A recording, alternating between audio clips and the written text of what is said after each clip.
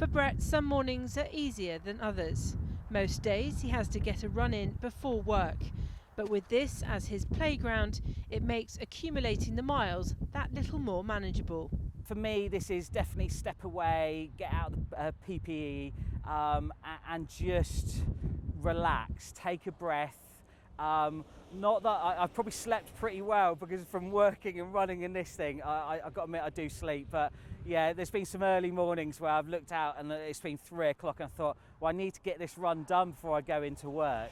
But for me, it's been that discipline, it's been that routine, which for me has been absolutely fantastic. In his civilian job, Brett works in pre-hospital medical training, so he's continued to work on the front line this year.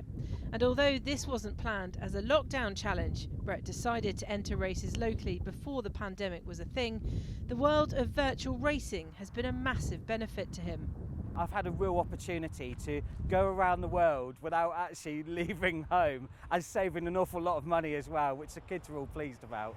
But yeah, as you mentioned, New York, out to the Comrades Marathon in South Africa, Tallinn, out to Canada, doing Toronto and Ottawa. We're off to Miami next. It's just been absolutely fantastic, and for me that would have taken years just to get to even some of those places, and hopefully being able to afford to run those. So what it's enabled me is actually, I've been paying for all the race entries myself, and then just giving as much attention and getting sort of the publicity off the social media and promoting that. The charities he's chosen to support are very personal. Epilepsy Research UK, because his daughter developed the condition a couple of years ago.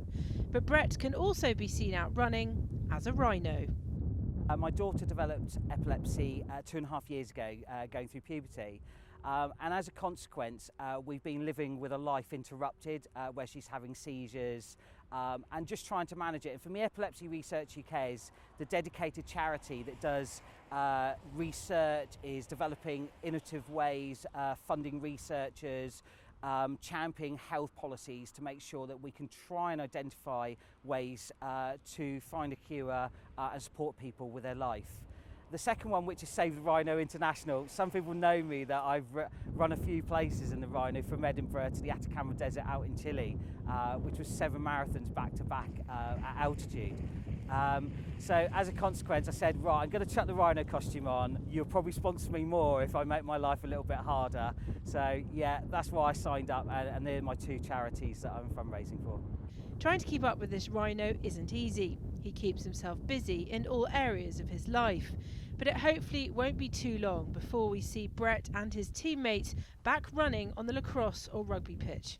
For now though, between work, home and virtually running the world, he certainly has his hands full. Kath Brazier, Forces News in the New Forest.